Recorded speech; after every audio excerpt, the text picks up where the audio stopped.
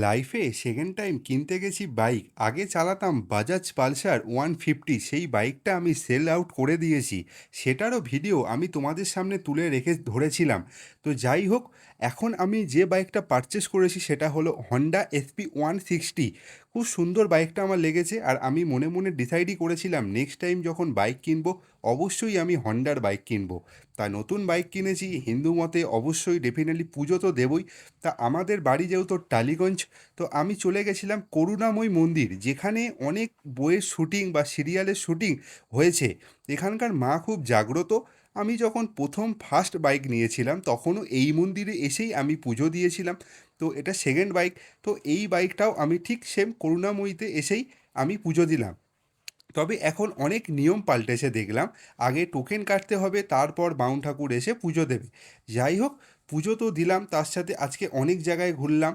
তো এটাই ভগবানের মায়ের কাছে কামনা করব, যেন নতুন বাইক সর্বদা ভালোভাবে থাকতে পারি, এমনকি ভালোভাবে চালাতে পারি, কোনো রাস্তাঘাটে বাধাবিঘ্ন যেন না আসে। শুধু এটা আমার জন্যে না, প্রত্যেকটা মানুষের জন্য আমি এই কামনাটা করেছি।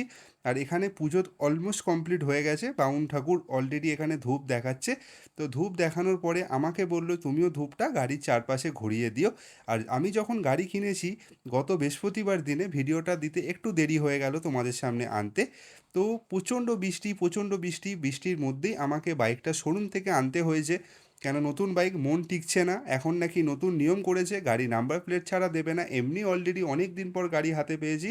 নতুন বাইক কার না মন চায় যে একটু চালাই, একটু ঘুরি। তো সেরকম আমিও কোনো ব্যতিক্রম নেই। আর একটা কথা কি, এই বাইকটা কিনে যে বর্ষার মধ্যে এত বুকে লাগছে, এত কাদা বালি জলে ভিজছে, আমার ইচ্ছাই ছিল না বর্ষাকালে নেওয়ার। যাই হোক, তাও ফাইনালি কপালে ছিল তো নিয়ে নিলাম। এই যে ম্যাডামও আছে আমার সাথে, আর এই যে করুণাময়ী মন্দির মারাত্মক সুন্দর সাজায়। আর মায়েরকে দর্শন করলে আলাদাই একটা শান্তি কাজ করে মনের মধ্যে। তো যখন বাইক পুজো দিতে এসেছি, তো অবশ্যই মাকেও একটু পুজো দিয়ে দিলাম। একদমই বাড়ির সামনে, তাও খুব একটা যাওয়া হয় না। তো সেই জন্যে আমি বাইক পুজো দেওয়ার সাথে সাথে মায়ের পুজোটা দিয়েও কমপ্লিট করলাম। মা সবাইকে ভালো রেখো, সুস্থ রেখো, জীবনে যেন একটু বড় হতে পারি, বাবা মাকে দেখতে পারি, এটাই কামনা করেছি মায়ের কাছে। আর সবাইকে ভালো রেখো। আর যারা যারা এই বাইকটা কিনবো ভাবছো এসপি, আমি বলবো খুব সুন্দর এসপি 160।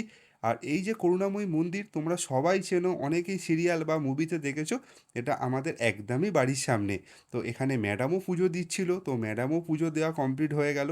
তো নতুন বাইক ডিসাইড করে উঠতে পারছিলাম না কোথায়। আর সেই সময় আরতি হচ্ছিল, এই যে দেখতে পাচ্ছ মায়ের, এখানে ছবি তোলা অ্যালাউ নেই, তাই মায়ের ছবিটা আমরা ভালো করে তুলতে পারিনি। কিন্তু এখানে ঠিক 8টার সময়, রাত 8টার সময় প্রত্যেক দিন সন্ধে আরতি যেটা, সেটা এখানে করা হয়। এখানে বিয়ের কাজও হয়, নানা রকমের মানে অনুষ্ঠান, সেগুলোও এখানে করা হয়, গাড়ি পুজো থেকে বিয়ে বা আরও অনেক রকম কাজ। তো বাইক কিনেছি, প্রথম দিন গাড়ি পুজো দিয়ে চলে গেছিলাম ভিক্টোরিয়া। রাতের ভিক্টোরিয়া, একটু নতুন বাইকে না ঘুরলে হয়। কেমন লাগলো ভিডিওটা অবশ্যই কমেন্টে জানিও। চলো, টাটা।